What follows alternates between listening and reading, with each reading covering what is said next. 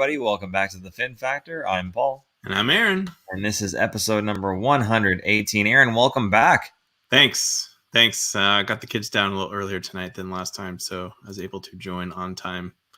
It's been excellent. A long week. Yeah. Well, not just a long week for you, but a long week for the Sharks. They've been horrible for the past forever. So we're trying to find something fun and interesting to talk about, and we'll get to that in just a second here. But for those of you who are in the chat right now, please feel free, throw your comments and questions in there. We will be fishing for some comments, I'm sure, tonight, looking for something positive, hopefully, to take away from any of these games here. And if you are in that chat, please feel free to hit us with a retweet, hit us with a share, a like, and of course, your comments are always welcome here, as I just said. So please feel free to do that. Get us out to your Sharks friends and family, and we will get this show moving right along. So, Aaron, Patrick Marleau surpasses Gordie Howe on Monday for the sole possession of most games played in the NHL at 1,768 games played. What an accomplishment.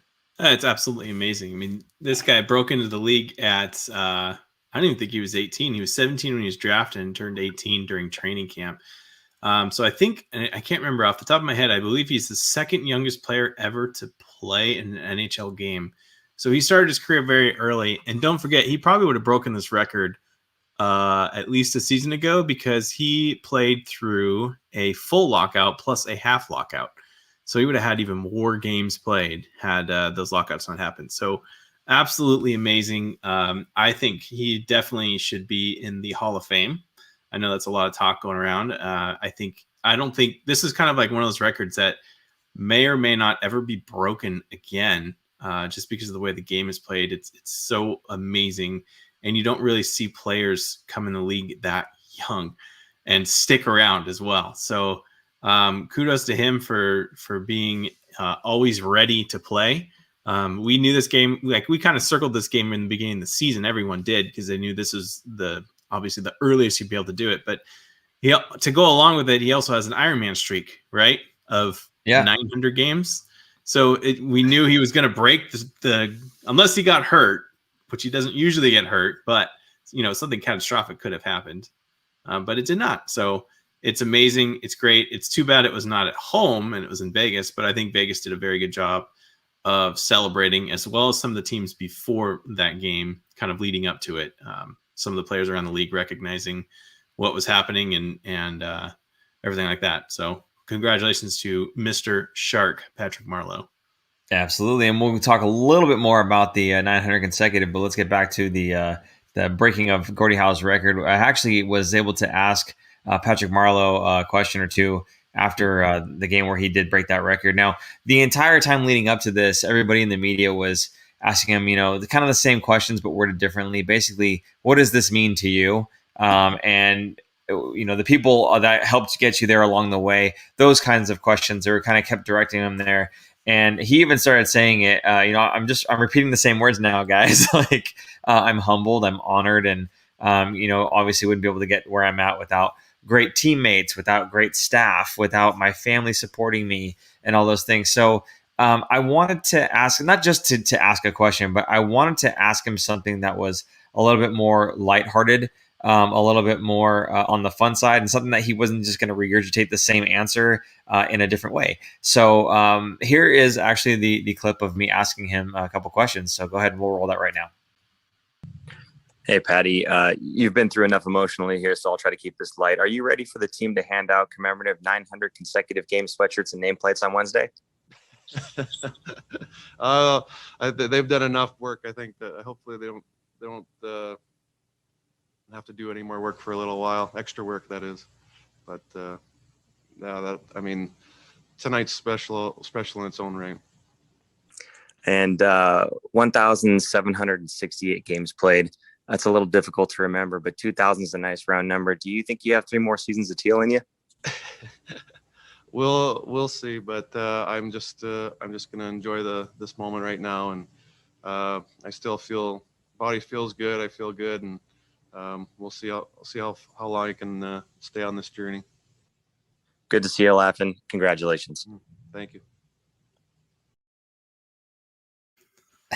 So yeah, no, just nice to be able to kind of give him a little change up from the usual line of questioning there, and it seemed like he kind of appreciated that. He was having a good little chuckle there. So no, hey, he's a great guy, and I couldn't imagine another guy, maybe than Jumbo, obviously, for an honor like this. And as you had said, playing in his 900th straight tonight, and other teams recognizing how difficult it is to play that many games. I can't remember who it was that said they had played 1,000. And he thought it was like, wow, that's a pretty good accomplishment. And then he's thinking about it going, man, he almost played twice as many as me. That's ridiculous. So, and it's not unfathomable. The guy's legs are still there. It's not unfathomable to think that he would be playing for at least another season, potentially 2, and then maybe play a 3rd season where he probably should retire, but he does it anyway. And maybe he does reach that 2,000 game plateau. Now, Aaron, I have a question for you. For the 1,000 games, they give him the silver stick. Is there anything for 2,000? I mean, there can't be because no one's ever been there. No one's done it. I would say a platinum stick, that would be worth a lot of money. Did you read about some of the stuff that he does? So in between every single period, he completely strips down and takes an ice bath. Now, I read about it, and he got that from Tony Granado, former Shark from the late 90s. And I think they asked Tony about it, and he was kind of like, wow, I can't believe he did that because he used to make fun of me for that. So he kind of took that from him, his little during the game, not even post or pre-game, but during the game. And Patty seems to be one of those guys that would kind of wait until the last minute and then get dressed and always be on time, but always like pushing it to the limit of how long he could prolong getting ready, like stretching. I mean, he's taking care of his body. He's not like he's goofing off or anything, but very efficient is one of the best words that they use to describe him. But have you ever taken an ice bath, Paul? Because I definitely have during my college days. Okay, so the only time I've ever done an ice bath was when I ran Tough Mudder, and you had to jump in the dumpster that was filled with. You didn't do it for like to take care of yourself. You did it because you had to do it. I did it because it was an obstacle in the course, and I promised myself I was going to do every obstacle.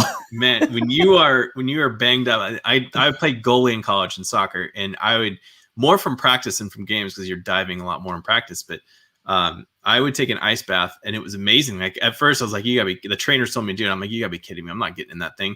It was literally like it's a hot tub, or it could be an ice tub, and they poured so much ice into it that the ice was still floating in it, so it wasn't even melting. So it was that cold.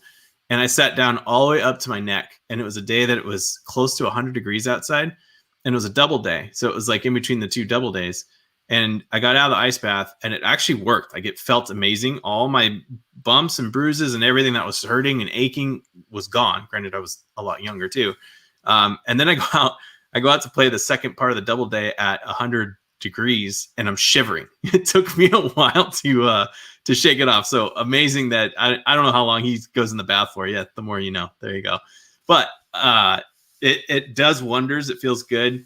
And I always read about stuff like I think it's Navy SEALs or something in the morning. They take a very early shower, and it's a very cold shower. It's not a hot shower, and it kind of shocks your body and wakes you up. So maybe that is the key to a long lasting life and staying in shape and staying game ready, I suppose.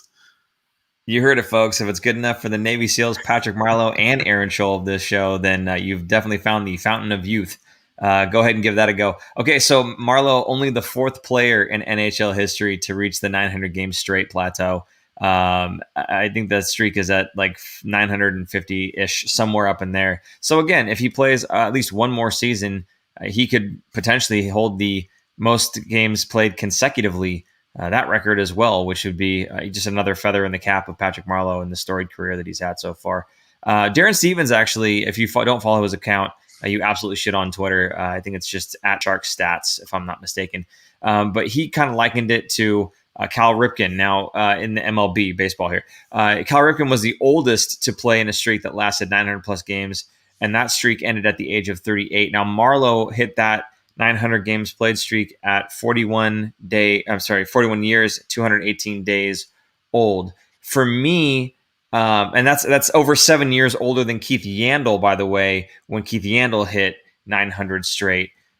For me, it speaks to just how well, as Aaron just kind of spelled out for us, it speaks to how well Marleau takes care of his body, because hitting that number of consecutive games played at an earlier age, it's not like, oh, he did it earlier than everybody else. No, he did it when he's more in his body was in his prime. He's doing it when he's this quote unquote old man, right? So for him to do it where he's almost 43 years old or for 42 years old, that just speaks to how well he takes care of his body. And, to have him on a team, these are the intangibles, right? People say, oh, Marlow, he's too old. He can't play, whatever else.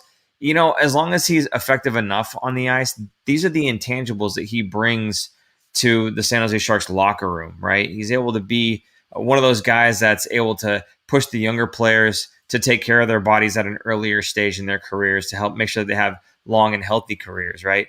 So again, thanks to Darren Stevens here for kind of putting it in a little bit of perspective and kind of giving some more numbers about the whole thing. So just really interesting stuff.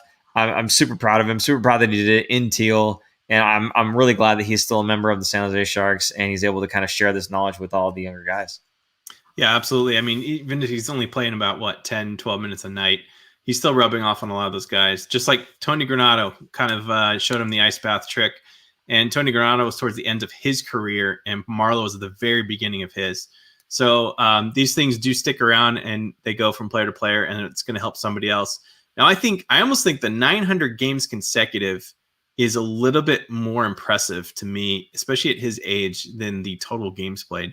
Now, Cal Ripken, there's some shady stuff going on. Like there's some games that he was going to miss and all of a sudden the lights got turned out and they couldn't turn on, so they had to postpone the game. There's some stuff like that that's a little crazy towards his streak so that he could make that streak. Plus, baseball is I'm not going to say baseball is not an athletic sport, but it's a lot less taxing on your body than hockey is. I would equate hockey more closer to football than to baseball in terms of the effect that it has on your body. The fact that he's doing it at this age and continuously for over 900 games is absolutely amazing. I would almost put that feat above Gordie Howe's record, basically. Okay, well, I think either way, I think you're absolutely right. I think he lands himself a place in the Hall of Fame. Do you think it's a first ballot Hall of Famer, though?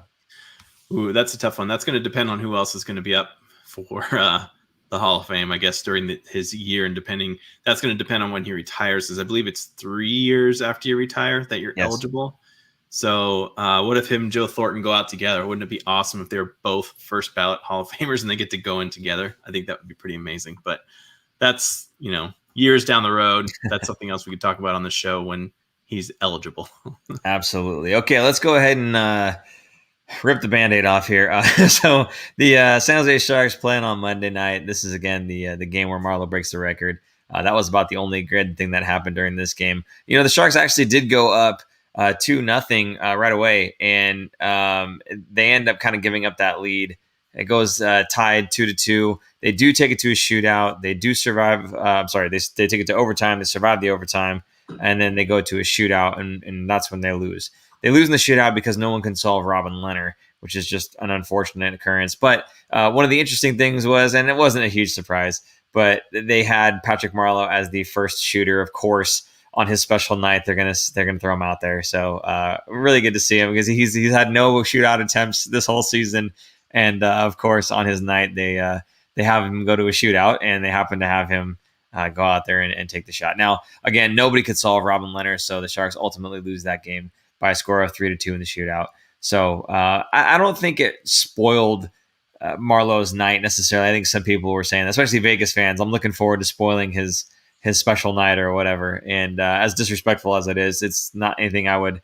I'm expecting that from Vegas fans, the disrespect. But the folks that were in attendance, at least, did give him a nice standing ovation when the Gary Bettman, the commissioner of the league, had a nice message for Patrick Marleau after his first shift. They actually just stopped the game entirely after his first shift and had this big fanfare for him. So really cool to see. And thanks to the Vegas Golden Knights and the Vegas Golden Knights fans that were in attendance, along with the Sharks fans that were there in Vegas, for standing up and clapping for Mr. Shark. So that was really good to see. And of course, as other teams have done, we saw Minnesota do it as well, and LA Kings, the Ducks. After that game was over, all of the Vegas Golden Knights lined up to shake Patty Marleau's hand. So again, a big show of respect. for a guy who has been a rival of theirs, has been playing for the rival team and all that fanfare. But, again, good to see them kind of put that aside. And this is kind of what makes hockey players a little different from everybody else, I think. They can put the rivalry aside for a moment like this. And there's a lot of respect that goes on for other players and for the accomplishment that Patrick Marleau has accomplished. There you go. Yeah, I mean, it's pretty classy that they were doing handshakes afterwards. I think that was pretty good. I thought Vegas did a pretty good job of making it feel special, not just kind of glossing it over, really. So I thought, even though it was on the road, I thought they did a good job. They recognized game, I guess. Game recognizes game. To me, like you said, there was nothing good that happened that game.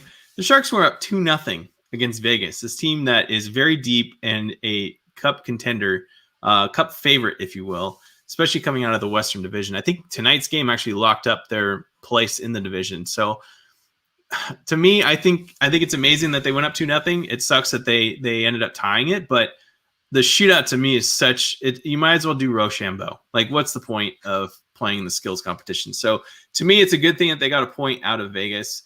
Not that the points really matter, but they push Vegas. Every single time they play Vegas, Vegas has to really dig down deep and beat the Sharks. It's no easy games against the Sharks for Vegas. So I have this note down further, but I'm just going to talk about it now because tonight's game was even worse. I think the Sharks, if the Sharks were to make playoffs, they would be in the bottom seed and they would be pitted up against Vegas in the first round. I think Vegas would be very nervous playing against the San Jose Sharks in the first round because anything could happen. I think the Sharks, for whatever reason, seem to have their number. Not that they're beating them, but I think Vegas pretty much throws the whole kitchen sink at the Sharks to win, and that's very tiring.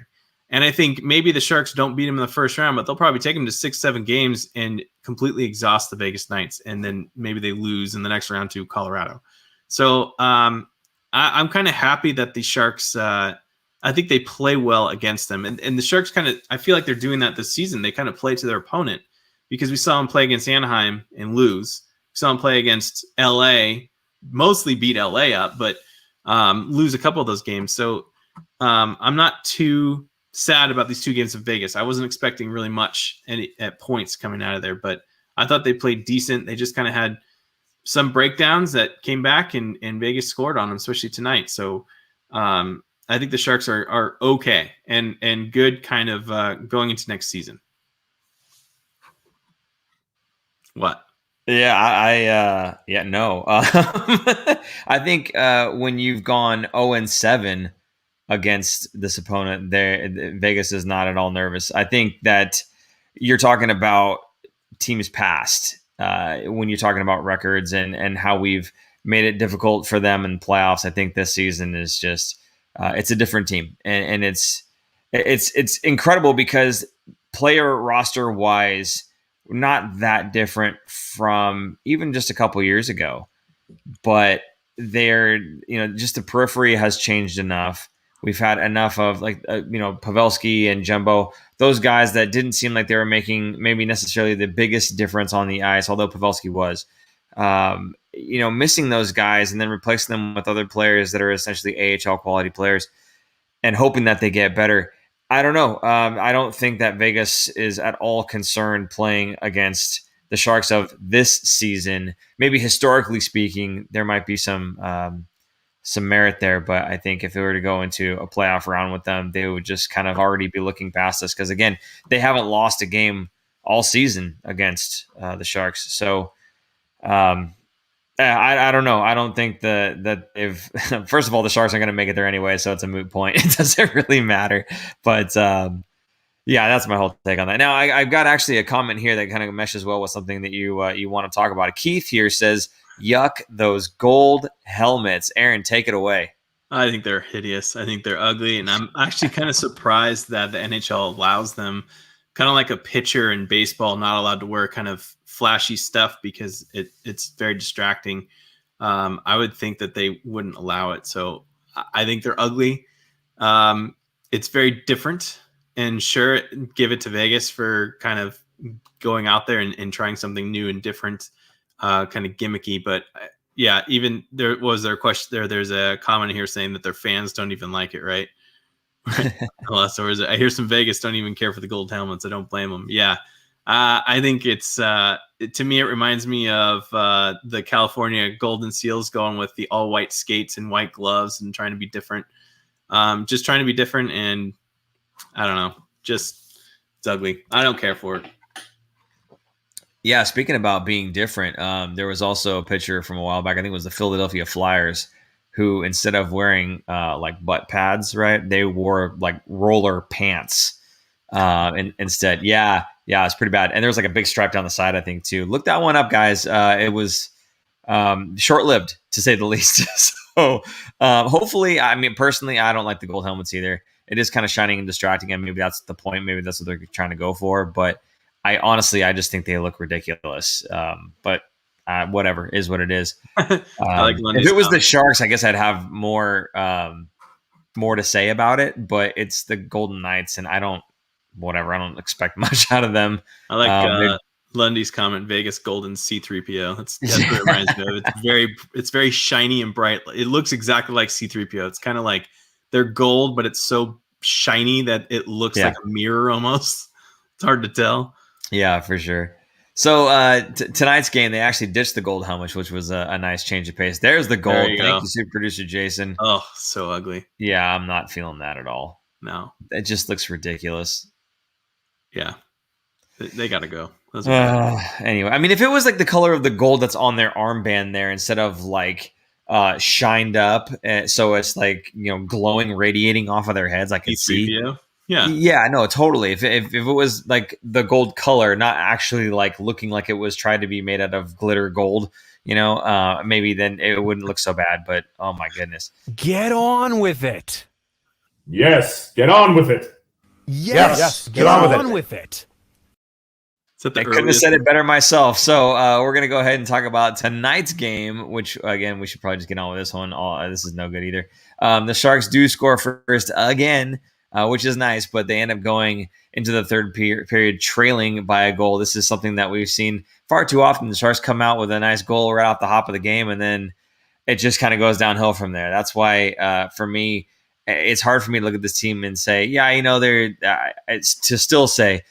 think they're in a good spot. They're doing well. They have no idea how to keep the momentum going. They have no idea how to step on the throat. They have no idea how to do those things to try to win that hockey game. Once they lose their momentum, it's like, forget it. And even when they try getting that momentum back, the other team is just ready for them. And it just doesn't seem to matter who it is that they're playing against.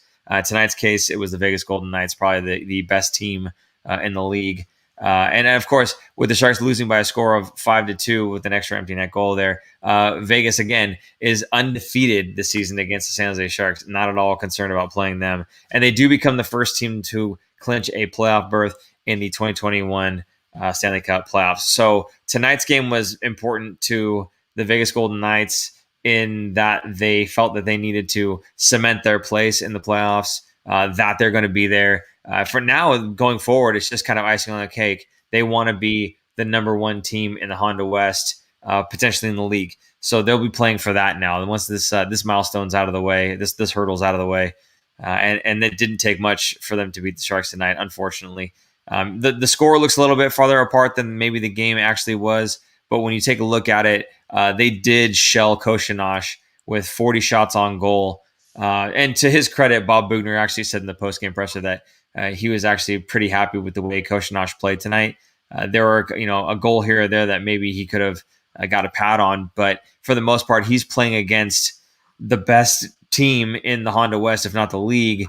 And they far outmatched the Sharks on every line. And this is a guy who's had, 2 starts now? So for him to go in there and to face 40 shots on goal, it could have been a lot worse. So if you want to try to take positives away from this game, that's definitely one. I don't know if you have anything you wanted to say about Koshinash. I know you mentioned him earlier. Well, it was a nationally broadcast game tonight, too. So it was kind of on the big stage and getting his name out there. And I was happy with the announcers. They kind of pronounced it right, better than I pronounce it. So Koshinash kind of getting a national game, which I believe was that the first nationally televised Sharks game this season. And I think at the beginning of the year, they weren't supposed to have any. So they went back and added this game on there. Maybe. Yeah. So, I mean, I'm happy for him. I think he was ready to take that next step and play in the NHL. So, and this is kind of the first time I really got to watch him. I haven't been able to watch any Barracuda games with him playing. So I think he's doing an okay job. I think he still has a lot to learn, but he's cutting his teeth at NHL. And I think he could be a serviceable backup next year. I'm not so sure about, if Jones is really sticking around next year for a whole nother season. I mean, we can get into that later. I don't know if the Sharks will buy him out and he'll be gone completely, but Koshinash looked comfortable enough that he belonged in the NHL, I think, as a backup, not as a starter yet, but as a backup. You could see the potential there of him. Yeah, and that's kind of maybe all you really hope to look for right now. Again, this is a guy who's a rookie in the NHL. He's played a couple seasons in the AHL, but this is his first in the NHL. He's had only a couple games, and if he's looking like Aaron said, like he looked sort of comfortable, semi-comfortable.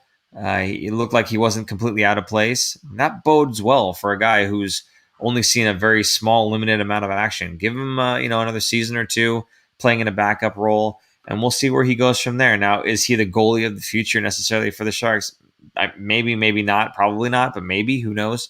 I know Melnichuk is a guy that they're touting very highly, and there was some speculation, perhaps, by one of the Sharks fans saying, hey, the Sharks should go after one of the goaltending prospects that was up and coming here. And I know, Aaron, you had talked about in the stream last time saying the Sharks probably won't go for a goaltending prospect because it takes them a few years to be ready. Now, honestly, maybe that would be a good reason why they would go with a goalie prospect, just because they've got Martin Jones for the next few years. Give that guy the opportunity to develop a little bit in the if he's still playing in juniors, or if he's able to play at the AHL level, give him some opportunity to play there. Maybe give him a year as a backup, and then Martin Jones' contract falls off.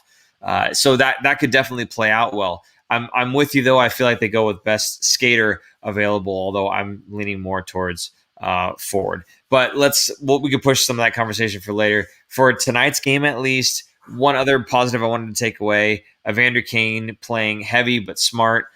He drilled Alec Martinez in the boards. He absolutely just pummeled him, and he didn't take a penalty. And the Vegas Golden Knights did what the Sharks want to do in that situation, right? When one of your players gets hit like that, you have your guys kind of swarm. You stick up for each other. And that's exactly what the Vegas Golden Knights did. There was no hesitation. Tuck came over. Martinez was there. I can't remember who the other player was, but they were all in Kane's face. And Kane was kind of pleading to the ref like, hey, man, it was just a clean hit. I'm not fighting back. I'm not doing anything, until he started taking jabs to the face. And then it kind of got more of a shoving match.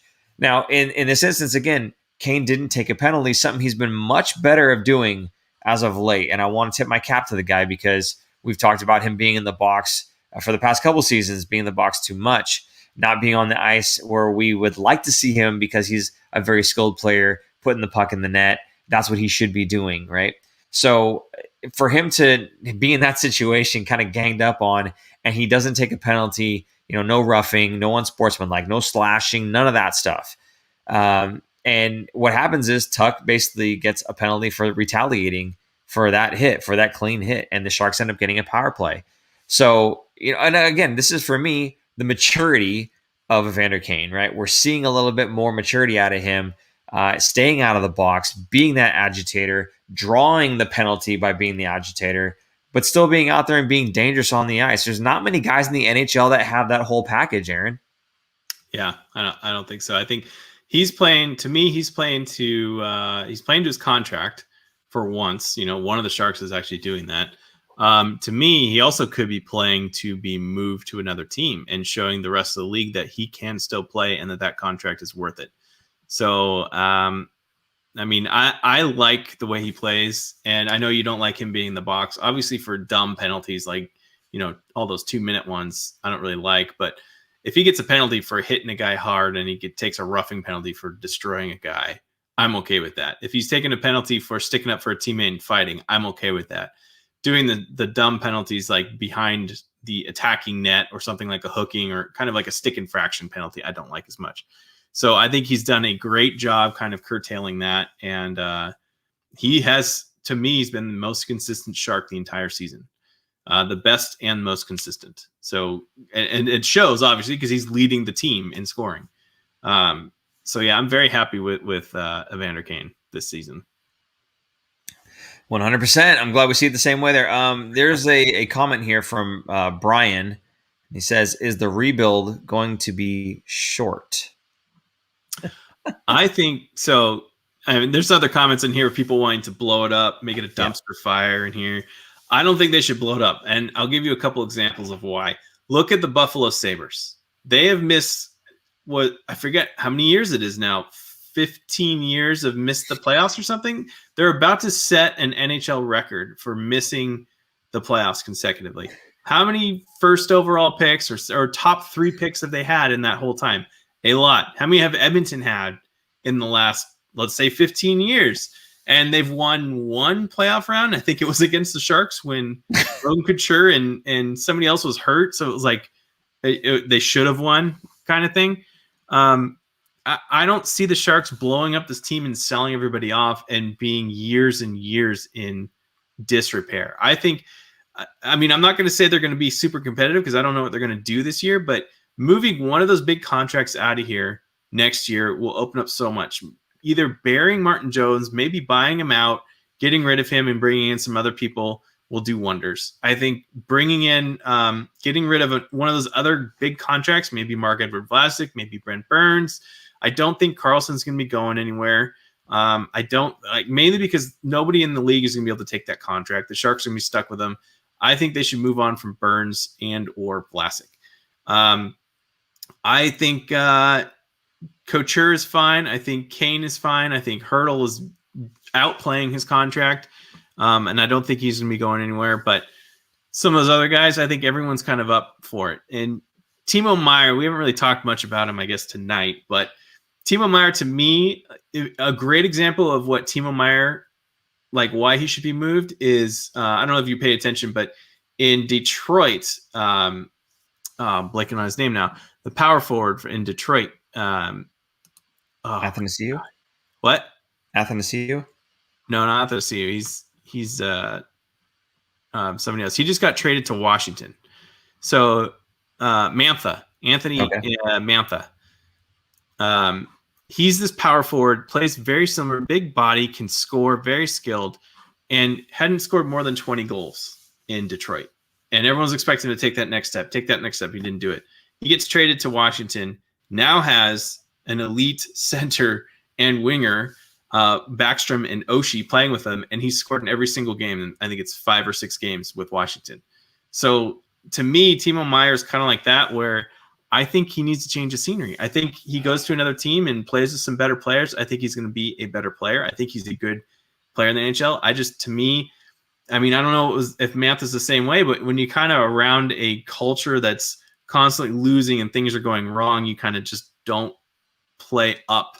You're not a leader of the team. Like Mantha's not going to be a guy who's going to lead the whole team and pick them up and put them on his back. And I feel like Timo Meyer's the same way. He's not the kind of guy that's going to pick up the team, put him on his back, and that's what everyone's kind of expecting him to be.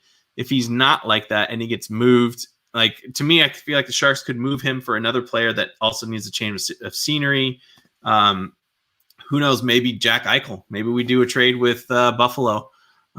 So I just think to me, next season has so much more hope because if you get rid of one of those big contracts, you're going to open up so much more space to bring in free agents, to bring in other players. To me, Doug Wilson kind of hinted at moving some of these players and contracts and using the Sharks cap space to help out other teams and get more picks, get more prospects or whatnot. So I think they're in a good advantage going in towards the both the Seattle draft and the entry-level draft. So anyway, my point is I don't think it's going to be like Buffalo where it's going to be 15 years of not making playoffs. I think it's going to be a shorter 1 to 2 years, and I think they're going to be back into contention. Yeah. So, Brian, okay. So is the rebuild going to be short? Well, first of all, I mean, he's definitely not used the word rebuild. He's used the word reset. So who knows if he's going to stick to that or not. I feel like like Aaron said, he may have to stick to that because the contracts that he's got right now and the no move clauses that he's got right now, and the fact that it is a flat cap for the rest of the folks in the league. Not that people wouldn't want Erik Karlsson on their team necessarily, but they can't afford to bring on that contract to their team. So you're going to have a hard enough time moving him just because of that. It's not necessarily that it's a bad contract. Everyone wants to keep saying it's a bad contract, and I understand why people say that. But the way you have to look at it is more of, can teams afford that player, right? If they want that player, it doesn't matter how much they're getting paid. If they want that player, do we have the space for this player? That's it. That's really all they care about. So I don't think any team that wants Erik Karlsson actually has the cap space due to the flat cap. So I'm with you, Aaron. I think that there's only so much he can do. And that's why to answer this question, I can't really do that without changing the word rebuild to reset. Will the reset be short? Will it take a long time? Whatever that time frame is. I mean, honestly, it really all depends on the free agency, like the pool, who they're able to bring in, and the trades that are made. That's where it all comes down to. When you talk about a team like Buffalo, and would their reset, rebuild, whatever, would that take time, or would it be short? For them, yes, it's going to take a long time. And the reason is kind of like the same thing with the Sharks. We've got a core of players already in place that are good, solid players.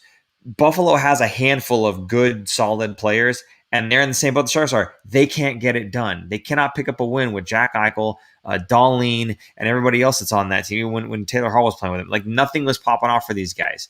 So for them, I could see it being a very long, lengthy rebuild. For the Sharks, again, although we're in the same boat, I just have more faith that the players that we have are a little bit more spread out in their talent, and that they can bring other players from the AHL that are playing now in the NHL this season to another level. We saw Dylan Gambrell take that step. We've seen Kevin LeBanc take steps in the right direction, although, again, it fell apart again this season.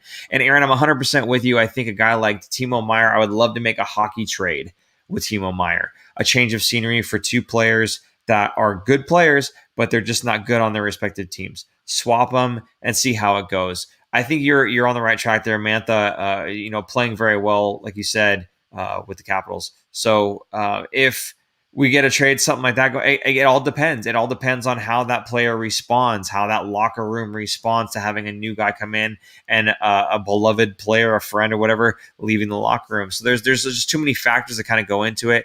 I do think the Sharks could turn this around faster than, say, the Buffalo Sabres could. And they don't have the star power. If you take a look at just like the star power names, Erik Karlsson is kind of like that guy. Brent Burns is kind of like that guy on our team. But when you talk about young talent, guys that are elite at their positions, you talk about Jack Eichel and Rasmus Dahlin. I mean, it doesn't get much better than that. Although, again, this season, they're not able to put it together for whatever reason. So I don't know. I think the Sharks are able to turn it around. I don't think it's going to be super duper long, but we'll see. It's all on Doug Wilson. And I, frankly, am very interested in seeing what a rebuild under Doug Wilson would look like, because we've never seen that before. We've only seen little resets. But again, that's the terminology he used. He said reset. He's not saying rebuild. So we'll see where it goes from there. I got a couple of comments here. Karlsson is a three-legged horse who, in the right mind, would want him. Yeah. Aaron, can you think of any teams that would I can see the look on your face right now. What do you think of this comment? Go ahead. Trying to figure out what he's trying to say. Basically, nobody wants Karlsson. Essentially. If the salary cap was going to keep going up, which everyone thought it did until COVID hit, then I think it would be easier to move him. Adding Seattle is going to help because now there's going to be more pieces moved around the league. So there's going to be a little bit of cap relief in a way with the players getting moved.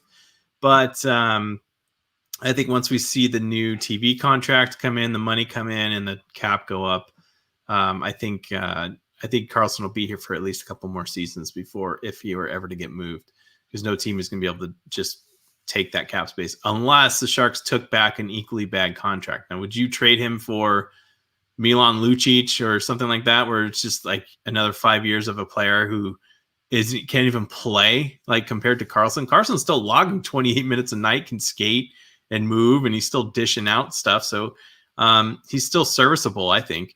I don't know. I don't really want to take that comment. Yeah, I think basically what it comes down to is there's nothing wrong with Erik Karlsson other than the fact that you weigh his production up against his dollar amount. That's the whole problem with Erik Karlsson. If Erik Karlsson was making $5 million, $6 million a year, no one would really say anything about it, right? Yeah, people get mad because he's the highest paid defenseman in the league and he's not scoring like the highest paid defenseman in the league. Sure. Take out the contract, he's still a good player. Navy 47 said, I wonder if the Sharks want to move out of San Jose. I hear they want to. Old building, stadium, etc. Rumors. Absolutely not. The Sharks aren't going anywhere. They just invested into a whole new ice surface inside the arena. There's no way they're going to move out of there for another 20 to 25 years. So they're invested in San Jose. They're not going anywhere. Now, there were some rumblings. Do you remember that? I think the beginning of the season that they were, I think before the season started, that whole thing, I think we did a show on it we had Jonathan Becker on talking about it. And he said, he basically like, not that he threatened the Sharks to leave, but he's kind of like, hey, you're kind of screwing us over here, and wanted to get their attention of the city of San Jose, and it worked. So they're just worried about, because of all the construction that's going to be going on with the whole Google campus coming in and BART coming in through downtown right by the arena. So they're not going anywhere. In fact, I think it was the owner, Hasso-Plattner, had came out a couple years ago because people were saying, oh, the arena is the oldest, the third oldest arena in the NHL. Are you guys going to want to move? Are you going to try and force the city to build a new one? And he's from Germany. So he's like, no, you Americans like to just blow up everything and build something new instead of keeping it and making it nice. The building is fine. We're just going to put some upgrades into it, which is what they've done. So I don't think they're going anywhere. I think the location is absolutely perfect, especially with that new Google campus coming in. And did you see the artwork that won, by the way, Paul? That's going to be going into downtown right across the street. You know where the what's it called? The merry-go-round that's in the park right there. They're going to be building something. So back in like 100 years ago in San Jose, there used to be a giant light tower in San Jose. It was a big thing that went over Santa Clara Street. It was the tallest thing in San Jose, and you could see it from everywhere. It was an inspiration to the Eiffel Tower in Paris before the Eiffel Tower was built. So the wind blew it down one time and just completely destroyed it back in, I don't know, the 30s maybe. So they never had anything, but that used to be like a kind of a thing, like every city has a thing that draws people. So they wanted to do it. So the new thing that just won, they had a big competition, is these giant rods. There's like hundreds or thousands of rods that have lights at the top, and they sway with the wind. It's really cool. You should check it out. And within the rods, they shape them, or they have them facing so it looks like the tower, and it's the same dimensions of the original tower that was there 100 years ago. So you guys should all look into that. Maybe I'll post that up next time. Oh, maybe there it goes. There it is. That's what it's going to look like. And that's right. You can see the arena on the left in the picture there. So these giant rods, and it's a building inside. You can go inside and check it out. There's a bunch of pictures and stuff. This is going to be the new art thing in San Jose, and it's going to be pretty sweet. Oh, no, we don't want more content like that. So see how the lights, and they all sway in the wind. It's going to be awesome. You're looking at it weird. I am. It's going to be cool. Okay. Anyway, thank you, San Jose Spotlight, and thank you, super producer Jason, for pulling that up on a whim. We did not mention it at all. John Dunbar, 60-foot statue of Martin Jones could be an attraction. Oh my God! Yeah, all of a sudden this turned into statues of San Jose factor. But yeah, cool. I mean, it could be interesting. Why not? Well, we're close to the top of the hour. Let's do a roll call. And what question do you want to ask? You want to say, do you like the new project that's going to be going in? Sure. Why not? Yeah, no, go for it. Tell us where you're watching this from, and if you like the light tube thing. In the meanwhile, Brian Hong asks, what position do the Sharks draft? Center, left wing, right wing, or defenseman? Whatever. I was a history major, all right? I have a history degree. I love this stuff. What position they draft? To me, it's going to be the best player available. I don't think they're going to, and in this draft, supposedly it's all defensemen. So I have a feeling the Sharks are going to get a stud defenseman. Not that they really need one, but I wish they had their draft pick. I mean, Stutzel, whatever, he would have been an amazing player to be on the Sharks. Unfortunately, I don't think there's going to be a forward like that at that high of a pick. So it's most likely going to be a defenseman. Going back to what you're talking about earlier, a goalie being drafted in the first round, I just don't see the Sharks using a pick on a goalie.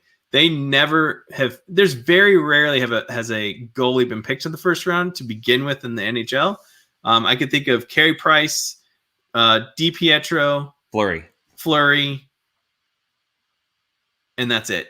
And to me, I think DiPietro was kind of not, I wouldn't say a bust, but a bust for a first round pick, maybe.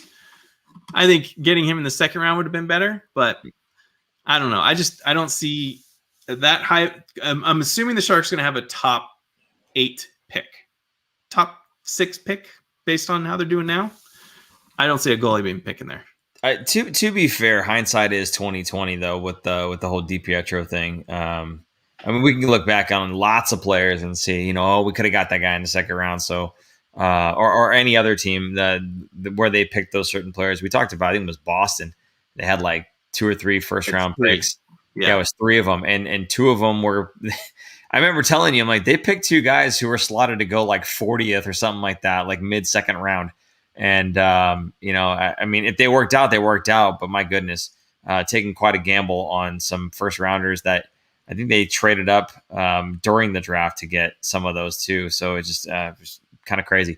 Anyway, I did notice here, Scott Kemp. I just wanted to say this: the Art Factor, a new channel. Hey man, you want to head it up? You feeling it? No. Okay. All right. Just checking. Yeah. No. In terms of which player in the draft interests me, I don't know a particular player, but again, for me, I'm more interested in that scoring winger, or honestly, like a strong centerman would be great, because you know how the San Jose Sharks love to do this with centermen. They like taking a centerman and making him available to play as a winger instead. So that's something that they've done with several of their players. And for a guy to be able to take faceoffs, for instance, once you've got one kicked out, that's a very valuable thing. So I would definitely like to see another scoring winger. Although, again, we have the likes of like Ozzy Weisblatt, Tristan Robbins, I believe is his name. Blickfeld actually is starting to come into his own as well. We might see him sooner than later, although he's kind of been a bit of an experiment too. So who knows? But for my money, I would rather see that. Again, my reasoning about defensemen is typically with defensemen, and I don't know because I haven't looked at these guys, but typically with defensemen that go in the early picks, it's usually an offensive defenseman, right? Somebody who's a little more talented with the puck than they are with talented keeping guys away from their net. So I don't think that's what the Sharks need right now. I think with Brent Burns and Erik Karlsson, that experiment doesn't seem to be working, having extra offensive defensemen. So to have Ryan Merkley already waiting in the wings, and then to add another offensive defensive prospect there, I don't understand that mentality. I wouldn't go that route. So for me, I think it comes down to a strong centerman or a solid winger who's very skilled with the puck. That's what I would like to see. What if they got a stud offensive defenseman in let's say a top 5 pick, and they trade Merkley for a stud offensive Jack Eichel centerman plus Timo Meyer? So you want to trade Merkley and Meyer for Eichel? And then you draft a stud defenseman. Right. Only if you're retaining salary, though. Yeah, otherwise it gets too sticky. But let's see. I'm just throwing stuff out there. Yeah, no. And there's lots of ways to finagle that for sure. So let's see. We've got Taylor who gives his opinion here. He says, I think they draft something else in Salt Lake City, Utah. Thank you for checking us out from Salt Lake City, Utah. Yeah, Taylor's kind of with me on this one. He says, I think we need to draft a center. So who knows? I think, Aaron's got a good point. We can definitely fulfill whatever needs the Sharks think that they have via trade and whatnot, and then draft whatever you traded away so that you can kind of restock that missing piece on the shelves there. But to trade away Ryan Merkley, you're kind of saying we have no faith in Ryan Merkley anymore. Do you feel that way? No, it's more of you value him high and the other team values him as high, and you're getting a stud guy coming back. So I'm not giving up on him. I wouldn't want to. I would assume that that's what Buffalo would want in return. if they were going to trade. Right, I'm saying as opposed to instead of trading Merkley, giving them the pick and letting them pick whatever defenseman they want. You would rather take that pick as opposed to a guy like Ryan Merkley? Yeah, because, I mean, Ryan Merkley was drafted 21st overall versus a guy who's drafted, I'm assuming, top 5 overall. You're going to get a better quality player who's probably going to even jump to the NHL almost the same time as Merkley would, and he's already 21. So then you get an 18-year-old versus a 21-year-old. You get a couple more years out of them. I don't know. Just kind of doing some economics there. What? Before we get to next games, I do want to call out something from Brian and a follow-up here. Brian says, do the Sharks make a statue of Patty? Caretaker Wanted says that would be awesome. Scott Kemp, a statue of Patty might blow over and inspire more rod buildings. Thank you, Scott. Aaron, what do you think about this? Does Patrick Marleau deserve the immortalization of a statue in front of SAP Center? Absolutely. I think so. I think now that he's gotten that record, he's probably going to go in the Hall of Fame. It's really unfortunate that he did not win a cup. Can you imagine if him and Joe won a cup with the Sharks? I bet you there would be a statue of both of them shirtless in front of the arena. So I think Patty deserves it. If they won a cup, I think Joe would also have one. But I think because he did not, I don't think Joe will get a statue. But to me, Patrick Marleau, I mean, how many of those 1769 games has he played as a Shark? Almost all of them. So if you took just the games of the Shark, I think he has the most games in one team too. Didn't he pass that record? He must. Because Gordie Howe played for Detroit for most of it, but not all of it. So yeah, I think he just passed that one, a milestone, as the most games played by any player for one franchise. So yeah, to me, I think number 12 is going to get retired in the rafters, and I think maybe not right away a statue, but maybe what do you think? 10 years down the road, maybe when the Sharks are absolutely terrible and they have nothing else to do, they make a statue and put it in front of the arena so they can do something. Well, the Sharks are already terrible and we have nothing else to do. May as well make it now. No, but I feel like it's not going to be, if they did a statue, it would maybe coincide with the Hall to kind of like unveil it around the same time. Why drag it out? But true. Yeah. Anyway, interesting stuff. Good to think about. And maybe they could put it in the middle of all the light rods. Who knows? Anyway, next games for the San Jose Sharks. You really don't like those, do you? What's that? You really don't like those light rods, do you? You are Whatever. not an art connoisseur, my friend. Hey, man, light rods are for some people. You are a very left brain person. No right brain at all. Whatever the heck that means. Okay, Saturday versus the Wild. Exactly. There you go. Saturday versus the Wild, 6 p.m. this one here.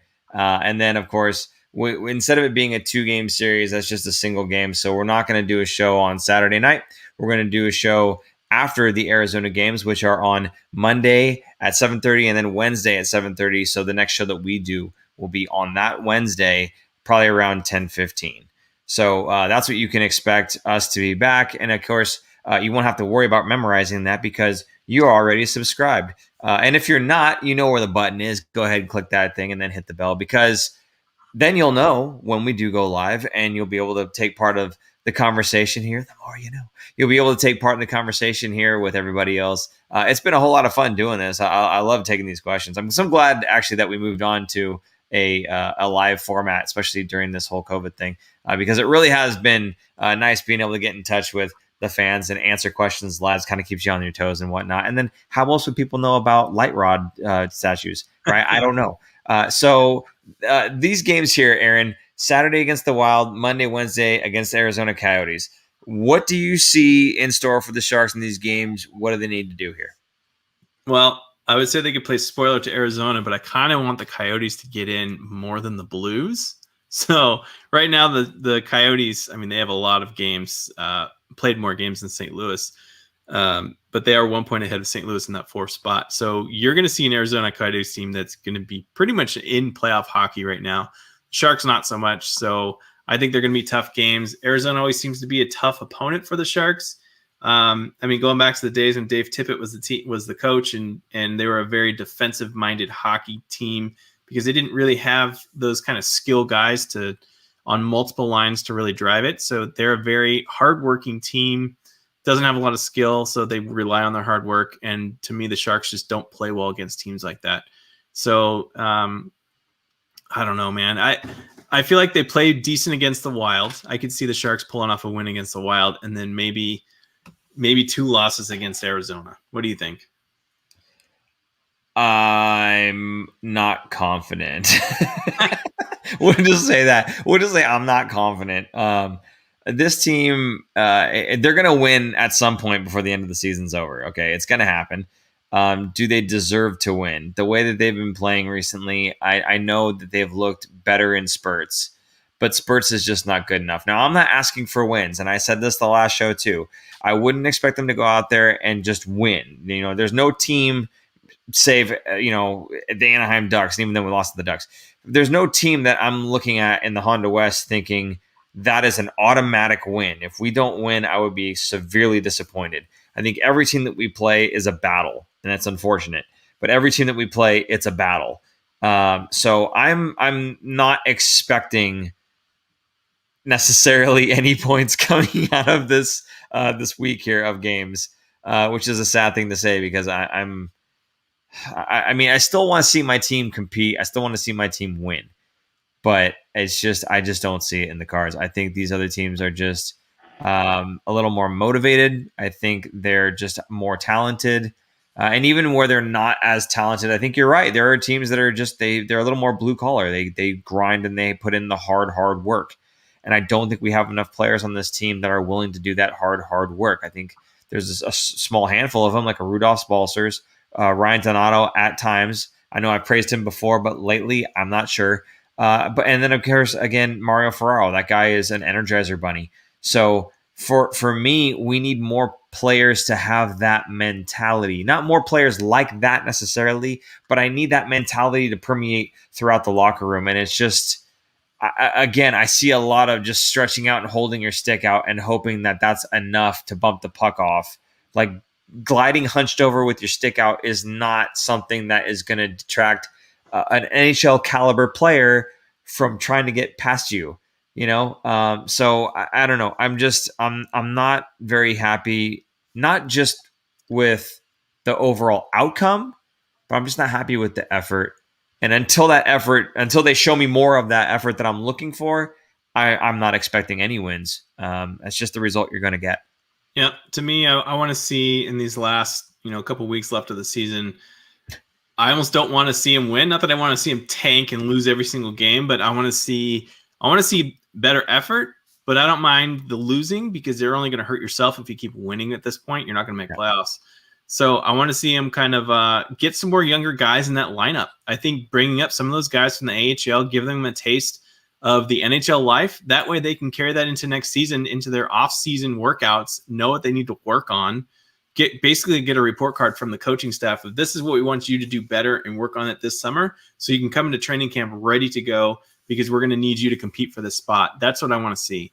So the next 2 weeks, I want to see a lot more younger guys getting called up to the NHL level. Now that I'm not saying scratch Marlow, but now that Marlow's kind of got that game out of the way, you don't have to really kind of force him into the lineup if he's not going to be producing. So I think they'll go the way of the youth and get those guys with the butterflies out of their stomachs and used to going into the NHL level and knowing what they're going to need to do going into next year. 180 AD says, yep, nailed it on the effort. Thank you for agreeing with me. Not always do people do that.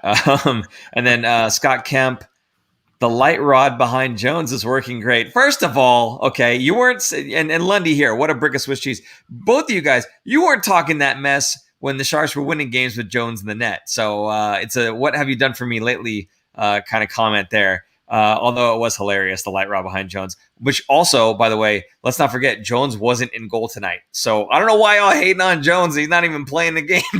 Give him a break. Jeez. He's almost up to 900. He's at 898. I just looked. What's that? His save percentage is at 898. He is so close. There you go. He had a good game the other night. Let's hope for a good showing against the Wild with Martin Jones in net, and we'll see how it goes. He says, Scott Kemp wants to call it out now. He says, the more you know. Thanks to producer Jason. Okay, I think we've beat this dead horse enough. Okay, guys, it's off the cliff. Okay, hey, again, we appreciate all the comments here, and for those of you that don't know, that with the super chat and with Venmo, we appreciate all the contributions that we've had throughout all the shows that we've done, all the support we've gotten as well. If we did miss a Venmo comment, we will get to it the next show, I promise you.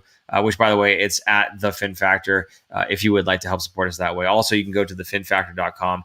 That's another good way to support the show as well. And Lundy, I guess your button's still broken, but that's okay. We still love you. Anyway, so I guess that's it. Aaron, you got anything else you want to say here? Nope. Let's go. Nope. Yeah, there's nothing else to say with this team. Anyway. Get on with it! I was just saying, for super producer Jason, I'm Paul. And I'm Aaron. And we will see you guys next week on Wednesday night. Next week, Wednesday, 10:15. Good night. Bye. Thanks for tuning in. If you like this episode, check out our other content, especially interviews. You can interact with us directly through social media at The Fin Factor and on Instagram at Fin Factor. And don't forget to join our live streams on YouTube. Visit our website at thefinfactor.com, where you'll find all of our episodes as videos or podcasts. You'll also find our exclusive merchandise to help support our show.